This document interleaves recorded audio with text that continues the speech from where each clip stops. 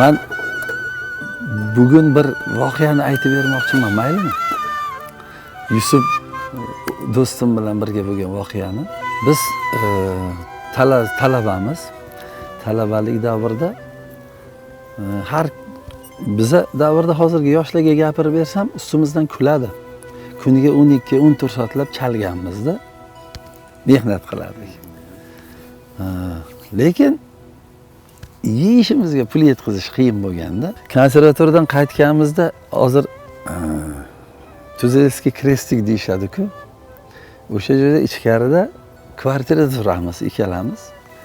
Shu avtobusdan tushganimizda bozorcha bo'lardi. Bozorchada xonim sotadigan opalar qator o'tirishardi. Keyin o'sha xonimdan bundoq tegiga ko'mir yoqib qo'yardi-yu, men bunga o'xshab. Siz bilasizmi? Ko'mir yoqib qo'yishadi. O'sha xonimdan doq hidini hidlab o'tib ketardik har kun. Keyin "Mana bundan yeb ko'ring, mana bundan yeb ko'ring, mana bunisi yaxshi, bundan yeb ko'ring" deyishardi-da. Xonimni ozgina tatib ko'rib, qornimiz to'ydirib olardik. O'tib ketardik. Har kun shu ahvol edi. Keyin bitta opa buni sezib qoldilar. Ozoda opa ismlari. Sezib qoldilar-da, "Voy bolalarim, sizlarga alohida xonim qilib chiqaman. Bu sotiladigan xonim. Endi men yeydigan xonim qilib chiqaman" dedilar-da.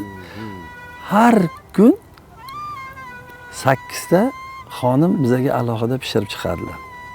Bir kuni har kun kelamiz, bilamiz xonimimiz tayyor, Ozoda opa tayyor qilib qo'ygan. Ular o'rganib qoldik unga. Bir kun kelsak, opa yo'qlar. Qorin och, shunga ishonib kelganmiz endi. Keyin Ozoda opam qanday desak, sheriklari aytishdiki, sal betob edilar. Chiqmadilar dedilar. Shu ahvol 10 kun davom etdi. Keyin uylariga yo'qlab bordik. Ishga chiqmayotgan ekansiz, bu desak, sharoitni tushundilar-da.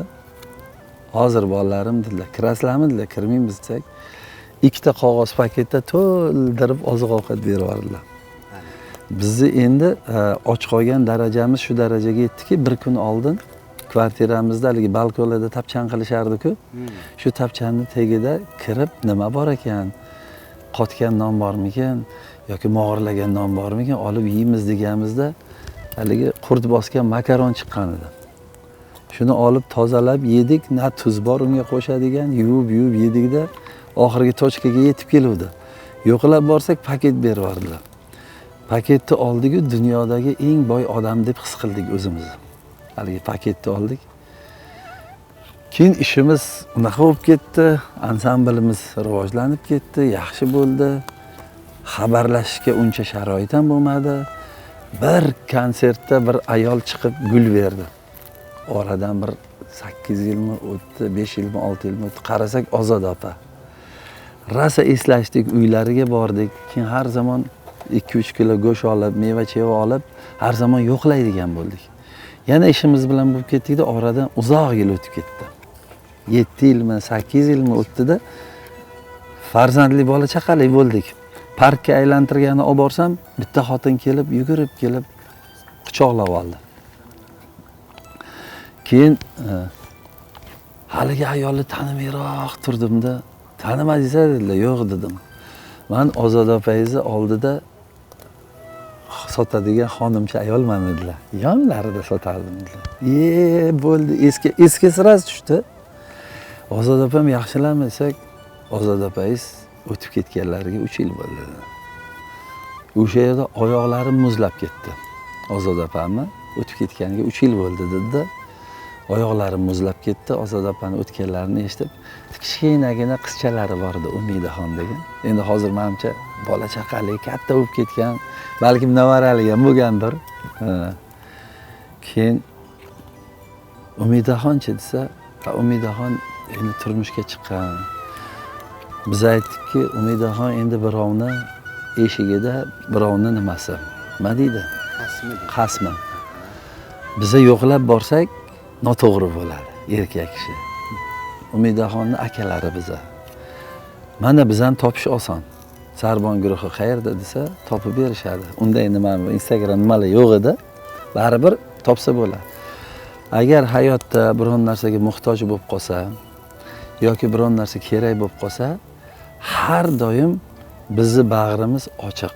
Shu Umidaxon bizga murojaat qilsin deb haligiga yetkazdik-da. Keyin bir marta u paytda Tasvir degan gazeta bo'lardi. Shunga intervyu berganda ham shu gapni gapirib qo'ydik. Xullas shu voqea bir film, serialga o'xshaydi-da, serialga o'xshaydi. Bu serialning otini Ozoda opa deb qo'yganman-da. Mana shu yuragimizda, qalbimizda muhrlanib qolgan. Undan tashqari haligi yotoq topolmay vokzalda skameykalarda uxlaganimiz. Keyin uxlaganimizdan keyin masalan kelib bizni pul ilinjida ola kaltaklar bilan kaltaklashgani yoki buni hammasi baribir har bir gul ochilguncha qancha tikanga duchor bo'ladi deydi. Yoki har bir rohat tagida qanchadan qancha mashaqqat yotadi deydi. Lekin o'sha davrlarni ko'rganimiz yaxshi bo'lgan ekan.